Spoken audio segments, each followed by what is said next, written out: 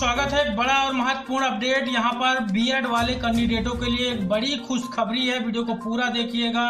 अभी तक जो उनके डाउट थे कि जो प्राइमरी टीचर होते हैं, प्राथमिक शिक्षक होते हैं, क्या उनमें बीएड मान्य करता है कि नहीं करता है, और चाहे आप मध्य प्रदेश के हों या भारत के किसी भी राज्य के हों, तो उनके लिए बड़ी खुशखबरी है। राजपत्र भारत का जारी किया गया है और इस भारत के राजपत्र में जो बीएड वाले कैंडिडेट हैं, जो बीएड किए हैं, वह यहाँ पर मान्य किए गए हैं। जो प्राइमरी शिक्षकों की भर्ती होती है, यानी कक्षा 1 से 5वीं तक के छात्र छात्राओं को पढ़ाने के लिए प्राथमिक शिक्षक सभी राज्यों में होती है, चाहे मध्य प्रदेश हो, अलग अलग राज्यों में होती है। तो सभी राज्यों में बीएड को मान्य किया गया है। यहाँ पर आरटीई नियम 2009 यानी राइट टू एजुकेशन नियम 2009 में संशोधन कर दिया गया है। तो वीडियो को पूरा देखिएगा, बड़ा ही महत्वपूर्ण अपडेट इसमें आपको बताने वाले हैं। तो चलिए यहाँ पर आपको कंप्लीट जानकारी बताएंगे। अब तक का बड़ा और महत्वपूर्ण अपडेट है, बेहद ही महत्वपूर्ण अपडेट है दोस्तों। जो प्राथमिक शिक्षकों की भर्ती होती है, उस पर बीएड मान्य होगा कि नहीं होगा, सभी आपका जो सवाल है वह क्लियर हो जाएगा इस वीडियो में। और खुशखबरी भी है, यहाँ पर आपको बता दें, भारत का राजपत्र ये आपके सामने ही है। इस पर ये लेटेस्ट है, अभी हाल का, इसी महीने का है। तारीख भी आपको यहाँ पर दिखाएंगे। हर बिंदु को अच्छे से समझिएगा, बहुत सारे सवाल रहते हैं। और जो हमारे प्राथमिक शिक्षक की भर्तियां होती हैं, चाहे वो किसी भी राज्य की हो भारत के अंदर, तो यहाँ पर उनमें बीएड का जो योग्यता है वह मान्य नहीं होता था, लेकिन अब आगे से मान्य होगा कि नहीं होगा यहाँ पर। और साथ ही जो 3 साल वाले कोर्स हैं बीएड के, और बीएड के साथ एमएड के जो नए कोर्स हैं, वह मान्य होंगे कि नहीं होंगे। तो यहाँ पर राजपत्र है, आपके सामने है। इसका नंबरिंग यहाँ पर देख लीजिए, CGDL यहाँ पर ये नंबर है, और इस नंबर से इसको आप ऑनलाइन के माध्यम से भी निकाल सकते हैं। ये देख सकते हैं असाधारण, और यहाँ पर भाग 3 है, खंड 4 है यहाँ पर, और प्राधिकार से प्रकाशित है। और यह यहाँ पर नई दिल्ली बृहस्पतिवार अक्टूबर 14 यहाँ पर देख सकते हैं 2021 को यहाँ पर प्रकाशित किया गया है। न्यू दिल्ली थर्सडे अक्टूबर 14 2021, ठीक, यानी लेटेस्ट है, अभी हाल का है। यहाँ पर देखिए, राष्ट्रीय अध्यापक शिक्षा परिषद की अधिसूचना यहाँ पर दी गई है राजपत्र में, और इसमें संशोधन भी किए गए हैं। पूरा आपको दिखाते हैं। देखिए, नई दिल्ली 13 अक्टूबर 2021 को यह संशोधन किया गया है, 14 तारीख को यह प्रकाशित किया गया है, ठीक। यहाँ पर ये जो नंबर है, ये आरटी आपने सुना होगा, राइट टू एजुकेशन, ये उसका नंबर है। यहाँ पर एनसीटीई और रेगुलेशन एक्ट जो बनाया गया है उसके लिए यहाँ पर, और यूएस विनिमन HQE यहाँ पर आपको पूरा डिटेल में समझाते हैं। देखिए, निःशुल्क एवं अनिवार्य बाल शिक्षा अधिकार अधिनियम 2009 यानी राइट टू एजुकेशन 2009 आरटी जिसको बोलते हैं, 2009 से प्रभावशील हुआ है। तो 2009 का 35 की धारा 23 की उपधारा 1 द्वारा प्रदत्त शक्तियों का प्रयोग करते हुए तथा भारत सरकार मानव संसाधन विकास मंत्रालय के स्कूली शिक्षा और साक्षरता विभाग द्वारा जारी अधिसूचना संख्या SO 750E दिनांक 31 मार्च 2010 के अनुसरण में राष्ट्रीय अध्यापक शिक्षा परिषद एतद द्वारा भारत के राजपत्र असाधारण भाग 3 खंड 4 में दिनांक 25 अगस्त 2010 को प्रकाशित अधिसूचना की संख्या, यहाँ पर उसका नंबर है 6103/2010 NCTE/N तथा S दिनांक 23 अगस्त 2010 में पुनः संशोधन करने हेतु निम्नलिखित संशोधन करती है। इसके बाद उक्त अधिसूचना के रूप में संदर्भित, अर्थात जो यहाँ पर आप बताएंगे आपको, वह यहाँ पर संशोधन किया गया है RTE right to education act 2009 में। पहला संशोधन समझिएगा अच्छे से, हर एक बिंदु को आपको बता रहे हैं ताकि आप के मन में कोई भी डाउट न रहे। पहला जो संशोधन हुआ है इनके द्वारा, उक्त अधिसूचना में अनुच्छेद 1 में उप अनुच्छेद आई में खंड का में शब्दों, अंकों और कोष्ठकों के बाद कम से कम 50%। अब यहाँ से जो आपका काम है वह समझने के लिए स्टार्ट होता है। यहाँ पर देखिए कम से कम 50% अंकों के साथ स्नातक और शिक्षा स्नातक यानी BEd, bachelor of education BEd में निम्नलिखित को शामिल किया जाएगा।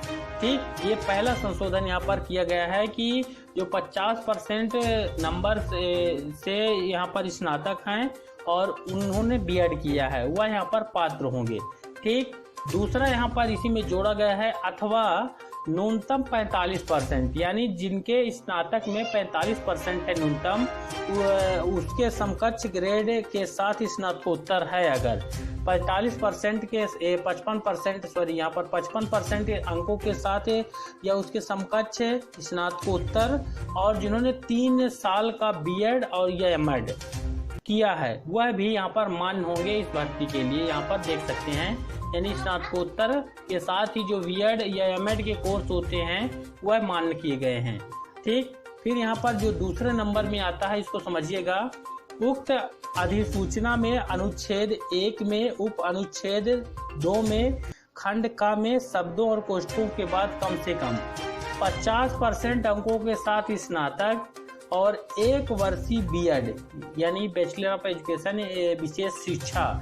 ठीक, यहाँ पर देख सकते हैं 50% अंकों के साथ स्नातक और 1 वर्षीय बीएड में निम्नलिखित को शामिल किया जाएगा। अर्थात न्यूनतम 55% अंकों अथवा उसके समकक्ष ग्रेड के साथ स्नातकोत्तर। और यहाँ पर यानी कहने का ये मतलब है जिन्होंने स्नातकोत्तर किया है और 55% अंक हैं उनके, और 3 वर्षीय जो एकीकृत बीएड है यानी स्नातकोत्तर के साथ ही बीएड एमएड का कोर्स होता है उसको शामिल कर लिया गया है। ठीक, अब आगे का जो इम्पोर्टेंट है बिंदु उसको समझिएगा अच्छे से।